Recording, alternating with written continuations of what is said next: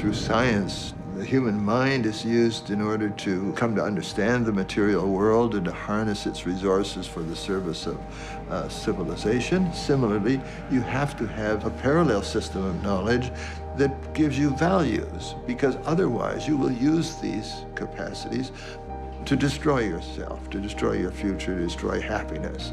And religion has always been the source of values for humankind. We are embarking on a new stage or a new cycle in the spiritual development of humankind. Humanity is moving forward.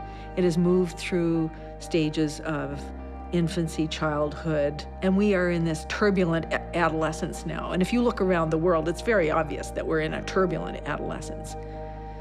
So, and we will head towards adulthood, that maturity of adulthood.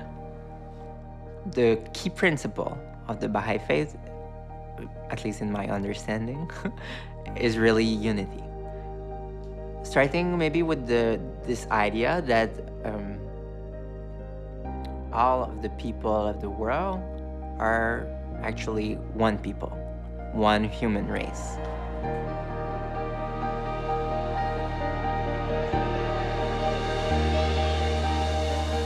When I look at the world around us, I think about how fragmented it is, and I think about how different forces that do not have the best interests of human beings in their hearts are manipulating us. And I think that we really need to develop a unifying vision. I became aware of the Baha'i Faith when I was about 16 years old. I had a strong kind of mystical interest, just on the fundamental big questions. Why are we here? Why does something exist instead of nothing? What is the purpose of life? So the Baha'is don't see the Baha'i Faith as one religion among many religions. Really, religion is one unfolding process. There's one God, one creator, and one human race. So my dad discovered the faith in Togo a little bit before coming in Quebec to complete his university studies. And my mom discovered the faith as well in university here in Montreal. Being quite a logical person, what resonated the most with me were the teachings for the world, for the way to organize the world and society. From age to age, God sent a new great educator to guide humanity. In the same way that a very polished mirror will reflect the light of the sun in a very perfect way, well, those manifestations of God, our great educator, may be likened to those very perfect mirrors. And so we could say that they are God or that they are reflection of God. It doesn't really matter, but the key idea is that this is the light of God they are reflecting to us. It may help us to compare it to the schooling experience of a child. In grade 1, the child will have a given teacher and they'll learn things adapted to their capacity at that age. When they move on to grade 2, the teacher is not contradicting the essence of what the previous teacher said, but it's a new teacher. And the goal of that new teacher is, again, to educate and help that child to understand the world around them and to develop their capacity. 7, 8, 9, 10.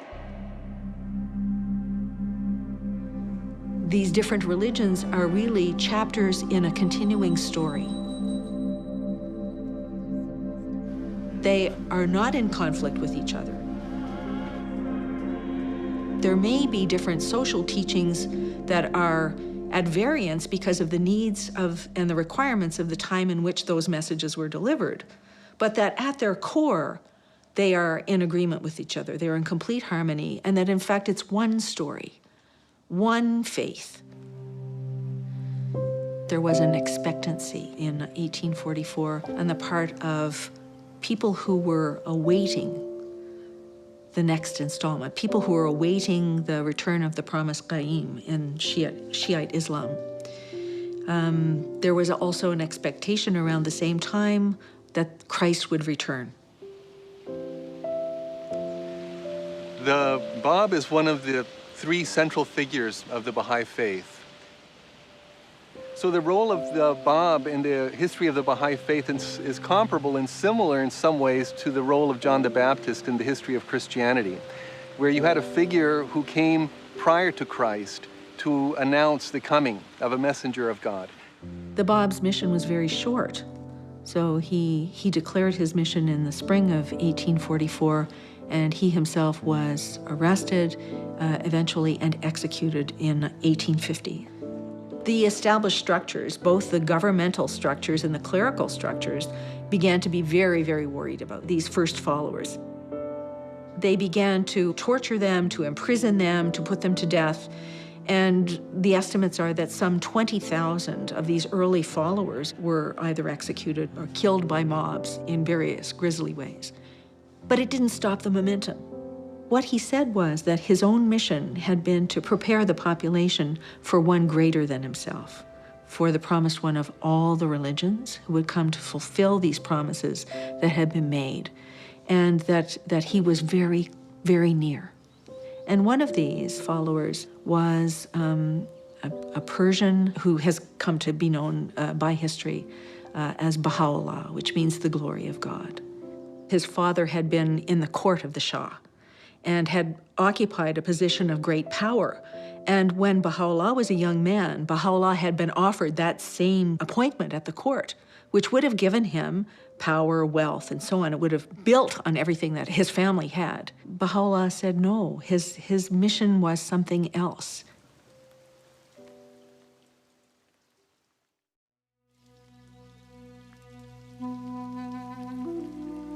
Bahá'u'lláh was thrown into prison in this place called the Black Pit, the Siachal, in Tehran. So that was his first imprisonment. And this pit was a cistern below the city that was damp, it was filled with vermin, it was infested, it was the most loathsome place that you could possibly imagine.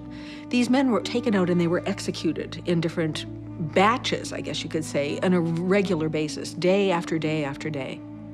There was some hesitation with the execution of Bahá'u'lláh because he came from a noble family. So he was imprisoned in this black pit for some time, and then the authorities decided, we will exile him.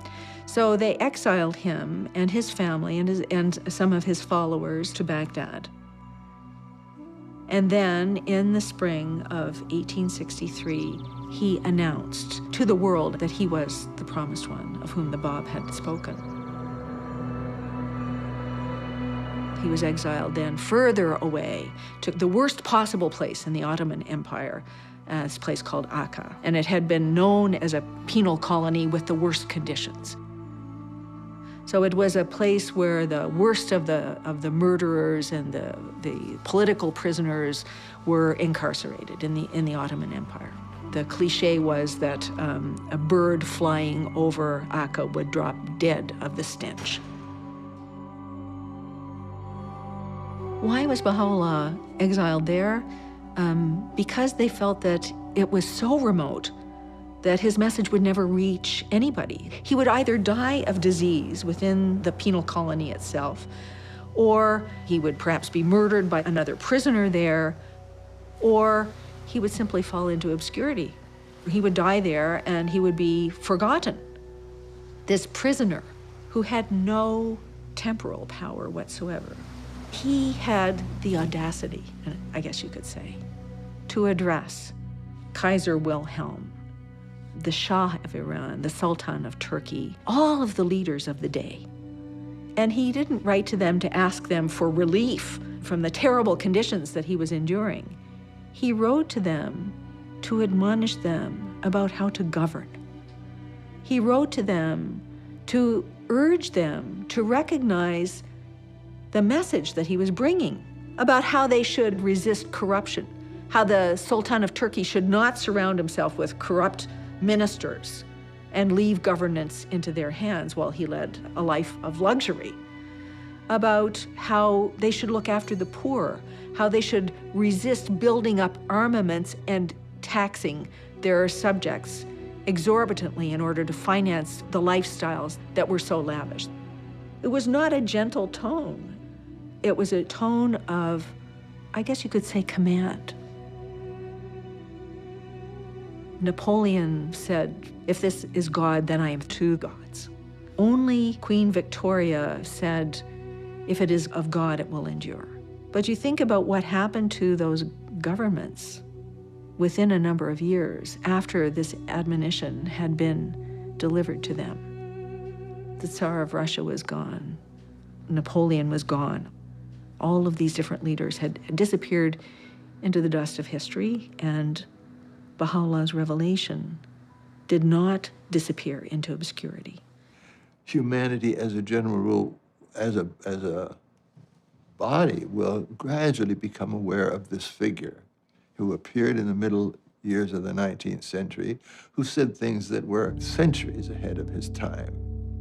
I mean, even something like predicting the discovery of forces in nature that could cause the contamination of the whole planet. Even at that relatively low level, to say nothing about the oneness of race, the need for world government, the idea, for example, that until women are equal of men, not only do we not draw on the whole of society's resources, but we don't even understand economic challenges because we're only looking at them through the eyes of men. Women are much more oriented toward family, society, and so on. The Bab and Baha'u'lláh occupy a station known as Manifestations of God. And this is the same station that Jesus Christ had, and Muhammad and Moses and other major figures in religious history, where we see them as representatives, mouthpieces of God on earth, that they're like perfect mirrors that reflect to us the attributes and qualities of God. And in many ways, they're just unapproachably glorious. They're inconceivable, really, what the nature of their being. And their word is a creative word. And that's why the sacred scriptures of the world have such a transformative impact on the human heart.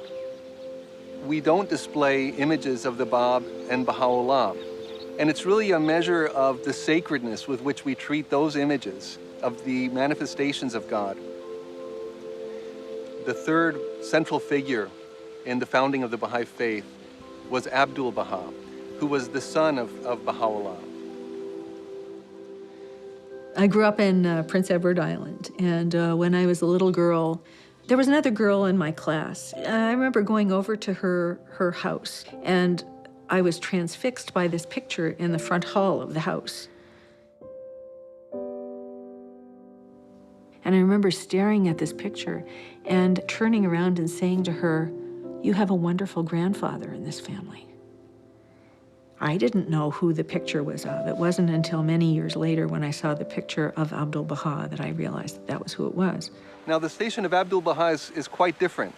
Abdul-Baha is not a manifestation of God, but he was raised up by Baha'u'lláh and trained by Baha'u'lláh, which means that we can turn to Abdul-Baha as an example of what it means to live a Baha'i life.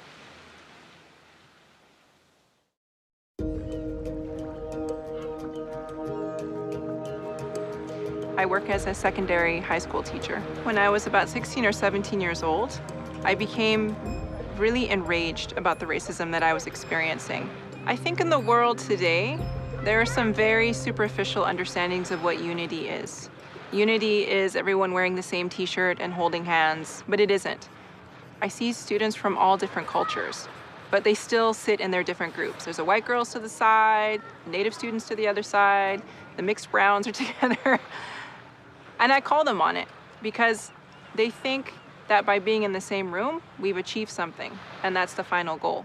So this unifying vision that the Baha'i Faith brings allows communities to be built around different activities where cultures are brought in and they're celebrated. In the Baha'i community, there are educational activities that we're offering to the wider community. The children's class program is a global endeavor for everyone to participate in. The materials that we're using are the same ones that are being used in Zimbabwe, in Cambodia, in China. We do this every sunny, hot day. From the very beginning, we share with them this vision that once they finish the children's class program, they will go on to become junior youth. And once they finish that program, they'll come back and be children's class teachers themselves. So it's a process that continues to grow. In our nicest voices, sitting up straight and tall, we're speaking with our Creator. Are you ready, Serena? It begins with prayer. And for many people, that might be something that is unfamiliar, or maybe something they're quite hesitant about. What does it mean to get a group of children together to pray? It's a really beautiful thing to see. Oh, Son of Spirit, my first counsel is this: possess a pure, kindly, and radiant heart. I'm Passion, and I'm 8.5. I'm turning 9 October 31st.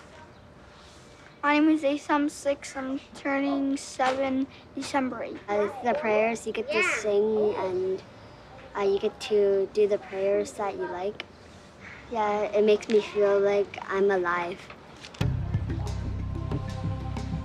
You know, we have these ingrained prejudices that have influenced our social structures, our institutions, our political structures. Prejudices of skin color, of ethnicity, of culture, of educational level, what have you. That these prejudices have to be eliminated.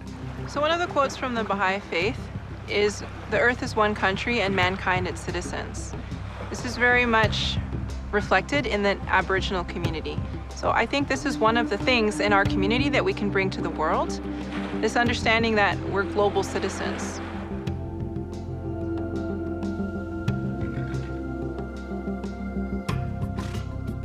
We have begun some study circles on Morley Reservation. They consist of a group of youth, and they really think and consult about the spiritual needs of their communities. O Son of Being, with the hands of power I made thee, and with the fingers of strength I created thee, and within thee I have placed the essence of my light. They focus on Baha'i principles and teachings, so they are able to work with the younger children in the community and the junior youth. For the children's classes, they focus specifically on virtues such as unity, generosity, truthfulness, and anyone of any culture, any religion can relate to these concepts. It helps me open up. It offers the chance to have my voice heard. I was hoping and I was looking for something I could progress with spiritually and mentally, emotionally as well. Learning some of these lessons, I feel connected with other cultures because it introduces universal ideas to sort of become fond with the differences. Spirituality, without it, I think we're just birds with wings and no feathers. Economic problems in the world, extremes of poverty and suffering and material destitution, that those are essentially spiritual problems at the core. The world has enough wealth for all of humanity to live just fine.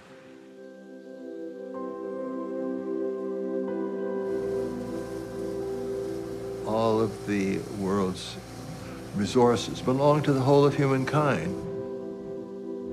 All these things belong to everybody. People can't think of them that way. Because of course, all of the nationalistic and religious and racial divisions and prejudices that they have. So when I was 15 years old, I started to go to Morley, and my mom would accompany me. When she would tell them her story, they could relate to it so well, and they were like, that's our story, you know? It's someone who is oppressed and who's faced difficulty talking to another person who's been extremely oppressed.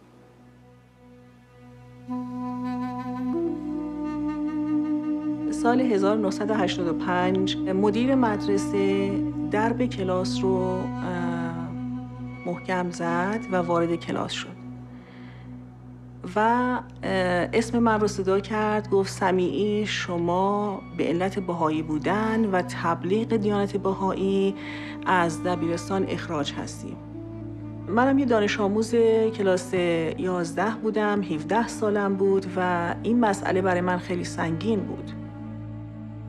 وقتی که بچه‌ها متوجه این مسئله شدن که من به خاطر بهائیت از دبیرستان اخراج شدم، همه ایجاد شد و همه اعتراض کردن. معلم تعلیمات دینی ما به بچه‌ها گفت ساکت باشین، من راجع به دیانت بهایی برای شما تعریف بکنم. شروع کرد یک سری تهمت‌ها و افتراعاتی رو راجع به دیانت بهایی زدن که معلم دینی خشمگین شد. از بچه‌ها پرسید که داخل این کلاس چند نفر بهایی هستند. بهایی‌ها بلند شدند که 4 نفر بودیم. مدیر مدرسه پرونده‌های ما رو آماده کرد و ما رو از دبیرستان اخراج کرد.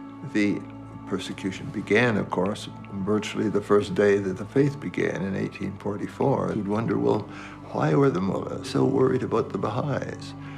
They were worried about the Baha'is because they realized that their day was over completely if the Baha'i Faith ever began to seriously spread. If, in fact, we've come to an age where you no longer need clergy, you don't need some clergyman to tell you how to think, what to believe, and so on. If this whole new approach to learning had been accepted in Iran, there was no future for the mullahs. The Baha'is are a worldwide religious faith. In recent weeks in Iran, 16 members of the Baha'is that we know about were hanged. They were executed in spite of an appeal for clemency by President Reagan. Those killed included 3 teenage girls, plus this entire family.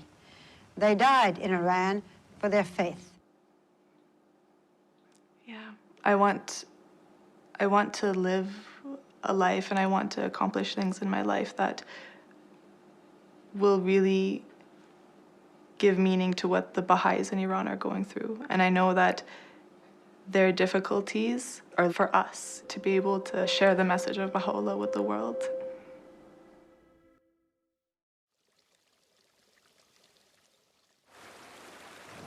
These youth that I'm friends with now are the same youth that I've read about in Baha'i history. In 1844, when the Bab declared his mission, the first people that believed in the Bab were youth themselves. Because when you are a youth, you have the desire to investigate the truth and find out what the truth is. And when you're able to find the truth, you just are set ablaze.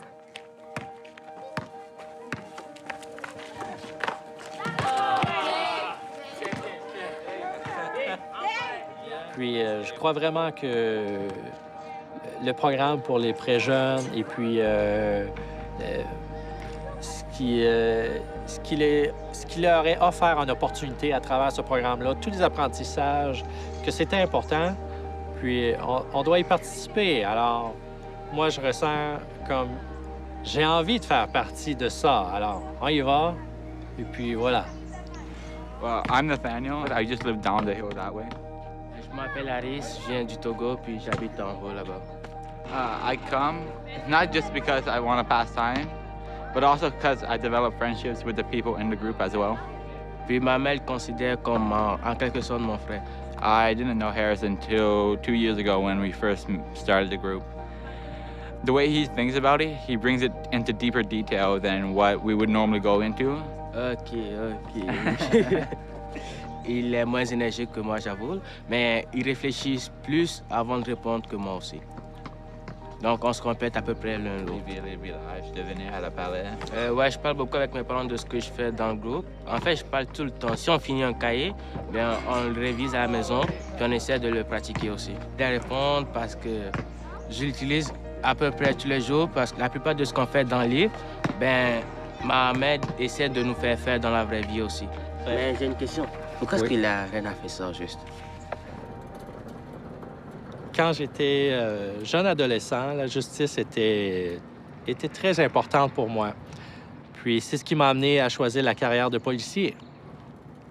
Bon, ce que je pense, c'est une structure très rigide, le système de justice comme on a présentement. C'est peut-être pas tout à fait un système de justice, c'est un système de droit. Et puis à chaque fois que j'étais à la recherche ou je discutais avec des pairs ou avec des gens qui sont connexes à mon milieu de travail, que ce soit des avocats ou des intervenants sociaux, etc., à chaque fois, je pouvais sentir que les gens étaient désireux de trouver des solutions. Et puis à chaque fois, c'était un peu comme le jello, là, ça nous échappe entre les doigts, là. Après quelques années, je me suis rendu compte que c'était pas tout à fait l'idéal de la justice que j'étais à la recherche. Je connaissais des gens dans la communauté ici qui étaient de la communauté Baha'i, donc je me suis dit, bon, est-ce que je pourrais aller les voir puis en parler ensemble? Puis voilà, ça a commencé comme ça pour moi. Alors après une année, j'ai laissé mes peurs tomber et puis j'ai sauté. Justice is a faculty of the human soul. Justice is a way that you discern truth.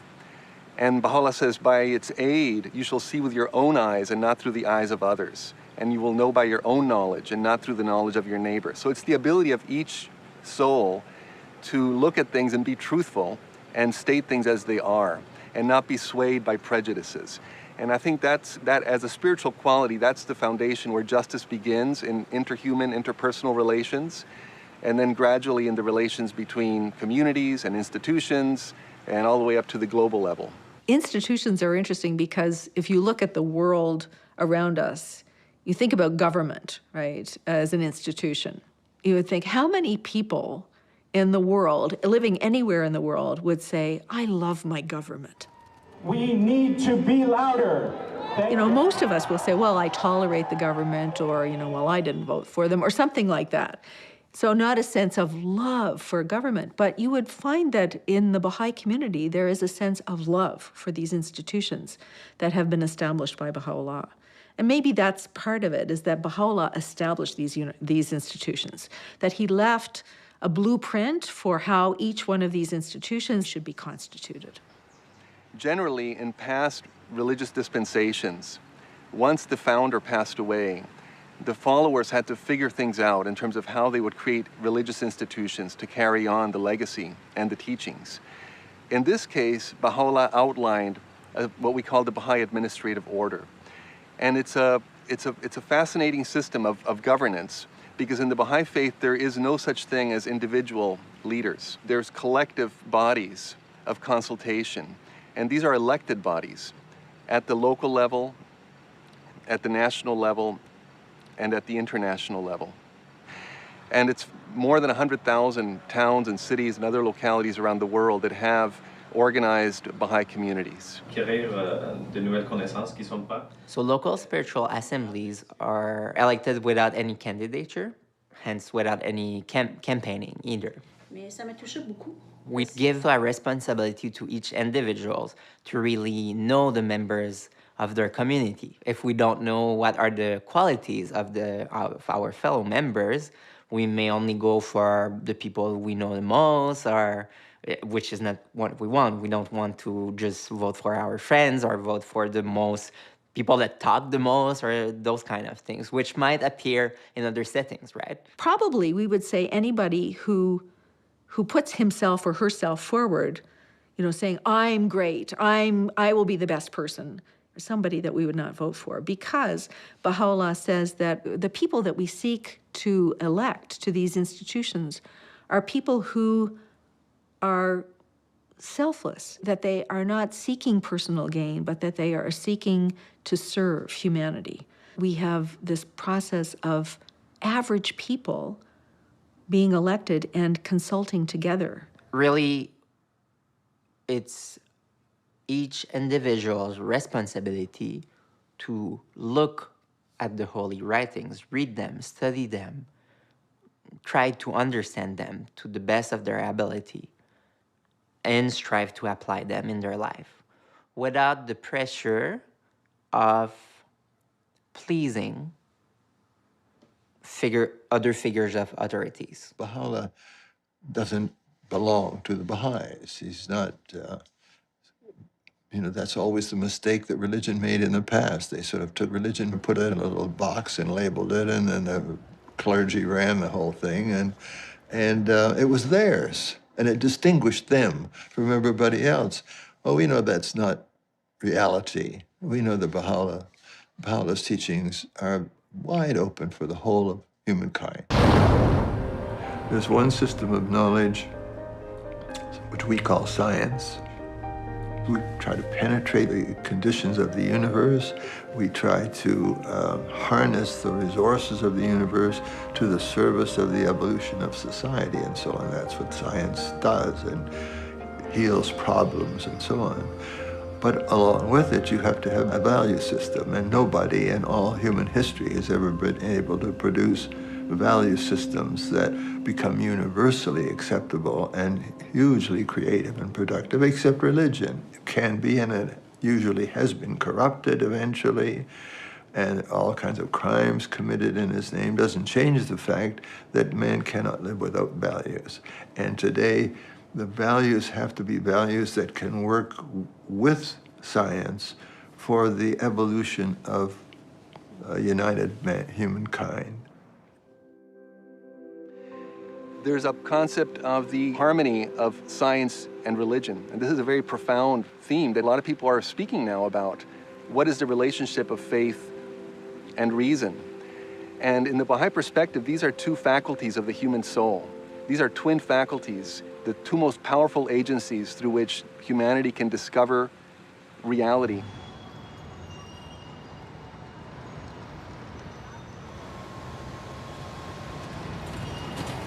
Just because I was raised in a Baha'i family, that's the experience of a lot of people, is they'll be raised in a certain tradition or a certain belief system or a certain philosophy, and then that's it. It's by rote, it's traditional, it's what you're supposed to do, and so they just kind of continue on that path unquestioningly forever. I went and kind of went my own path off into the distance, away from kind of the Baha'i way of life to some degree. I still had it in my heart, but I just had to just see what was out in the world, and I did, and all it really did was reconfirm my belief, and it reconfirmed the pure logic and reason of it. I'm not saying my life is easy now, and it's full of challenge and difficulty, because that's, I think, built into the fabric of our lives, apparently. In the Baha'i writings, it says, "Obey my commandments for the love of my beauty." And what's really cool about that is, if you look at a tree or an eagle or any of the amazing, beautiful things in nature, they all obey nature's law perfectly into the letter. An eagle soars. A tree is mighty and reaches to the heavens. You know, all of these examples. A whale plunges in the ocean. They have no choice but to observe the commandments of nature, and therefore the commandments of our Creator, to the law and to the letter. But human beings do have a choice. We have that free will. And if we choose to do that, then we live beautiful lives in harmony with nature. This Baha'i house of worship here in Wilmette, Illinois, on the shores of Lake Michigan, is the oldest existing Baha'i house of worship. And it's one of 7 continental houses of worship. There's an 8th one under construction right now in Santiago, Chile. And when you have a temple that's open in all directions, that allows people to enter and to exit in all directions, that symbolizes that people are welcome from all directions, from all cultures, from all faiths, from all backgrounds. When I was in school, grade 1, I had this marvelous art teacher, Mrs. McKay. So I graduated from grade 6 with this unrequited love for Mrs. McKay in my heart. When I came back from my first year at university, several of my friends were investigating the Baha'i Faith. One of them was sending me pamphlets. I read them and I thought, yeah, okay, that's good, but why does the world need another religion? Ha! And I threw the pamphlets in the garbage. I was hanging out with my friends and somebody said, oh, let's go to so-and-so's house. And we all jumped in cars and we went to this woman's house. And there, sitting in a chair at the far end of the room, was Mrs. McKay. And my heart stopped because I still had this love for her in my heart. And as we were sitting down, Mrs. McKay said, now, before we continue the conversation, I think it would be really good if each of us said a prayer. I thought, okay, your mother brought you up, right? You're going to be polite and you'll last through this, and then you're out of here. So I began flipping through this prayer book. And then I got to this prayer, and I scanned it, I looked at it, and I remember the thought that ran through my head at the time, which was, okay, this one looks harmless enough. And so I began to say the prayer aloud.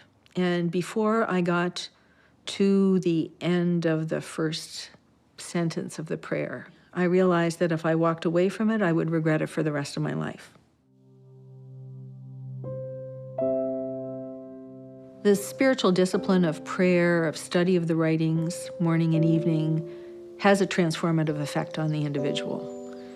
And the more that we do this, the more that we imbibe this life-giving water of revelation, the more it affects the way that we behave, the way that we react, the way that we think in our daily lives.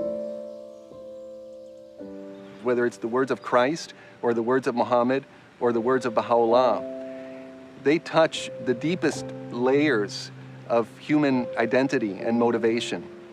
And we really need to touch that source every day and be fed and nourished from that. So in the Baha'i Faith, we believe in daily prayer and daily immersion into this ocean of words.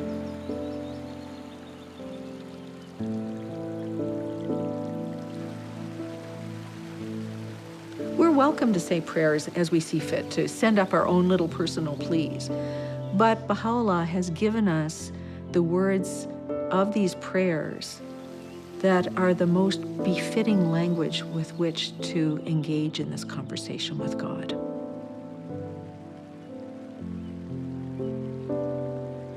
The phrases that he has given in these prayers have come back to me. They have become part of even unconscious thought, I think. They come up to me perhaps in moments of despair or in moments when I am being tested. They're like a compass for me, a compass for my soul.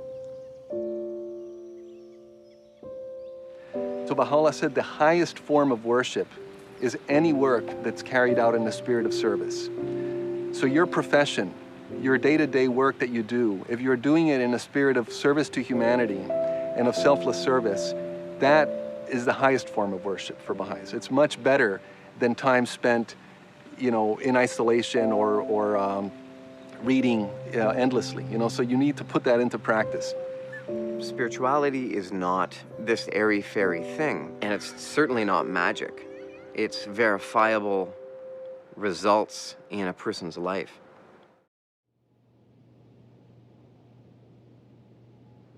There's a really beautiful quote by Baha'u'lláh that says, "The divine physician hath his finger on the pulse of mankind.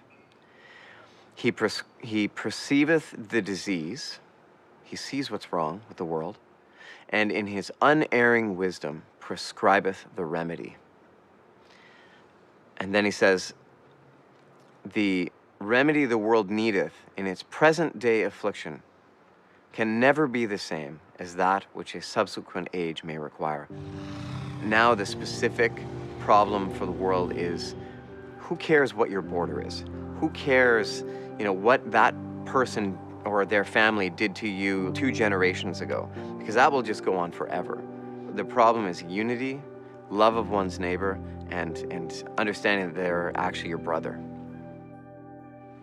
Many people, when they are presented with the concept of world peace, will think of it as a utopian, almost a cliche, something that's unattainable, and the history of humanity shows that wars and conflicts will always be a part of human nature. That's the common conception.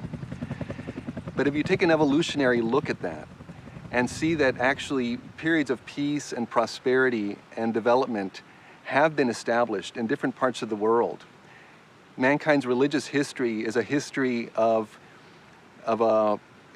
religion as one of the drivers of the advancement of civilization. So you have, the Christian faith and Islam and Buddhism, when they entered human history, and then you had a flowering of civilization around those messages. And the Baha'i vision is that now that process is ready to happen really at a global level. And the legacy of the 20th century is really the human race coming to grips with the fact that it is one people inhabiting one planet. Gradually, throughout the 20th century, in each one of these three areas, nation, race, and gender, humanity had crossed a threshold that it would never be able to go back. Lots of societies still keep women in a sort of second place, but respectable people will no longer be listened to by anybody if they start arguing that women are fundamentally inferior to men. It doesn't matter whether some people don't like it or not, or don't accept it. There will always some people who will be years behind or decades behind. Only in one prejudice, of all the prejudices that are afflicting mankind, there's only one in which even that threshold of recognizing reality hasn't been crossed, and that's religion. Baha'u'lláh wrote these tablets to the kings and the rulers of the world in the late 19th century, and no one listened to him. So that opportunity to establish the most great peace passed. It is the statement of Baha'u'lláh that peace is inevitable. So the question that I have is, how long and thorny will that path be till we get there? It behoveth every man to blot out the trace of every idle word from the tablet of his heart, and to gaze with an open and unbiased mind on the signs of his revelation, the proofs of his mission, and the tokens of his glory.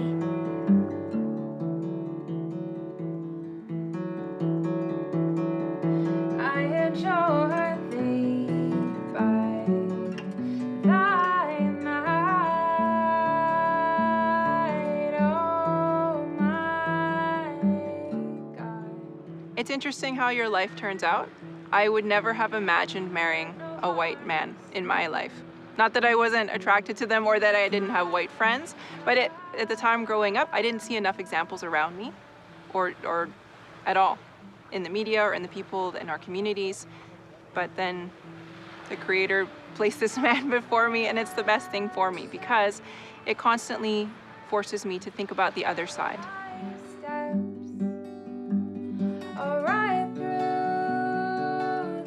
My father was a refugee from East Prussia. He left Germany as a child right after the Second World War and lost all his family and was really uprooted. And then he became a diplomat for the US government. And so as I was growing up, we moved all over the world. I grew up in South America, Central America, and in Africa. And so by the time I reached my teens, I really had a sense of dislocation and not a clear sense of identity or where I belonged. I was born in Costa Rica. I was American because I had American citizenship, but I had never lived in the United States. And so I was really needing a global identity, an identity that would honor the fact that I was a human being first and foremost before being of any particular nationality or background. So the first thing I heard about the Baha'i Faith was a saying of Baha'u'lláh in his writings where he says, "The earth is but one country and mankind its citizens." And I felt like, well, here's a group of people that will accept me as I am.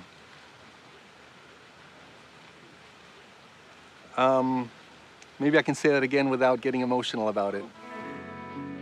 No matter who I am, no matter what my level of education, no matter where I live in the world, no matter what my cultural background, what language I speak, what ethnic background I come from, I have something to contribute to the world.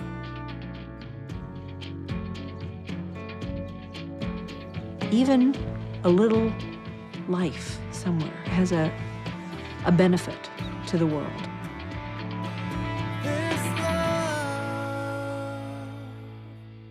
It's got all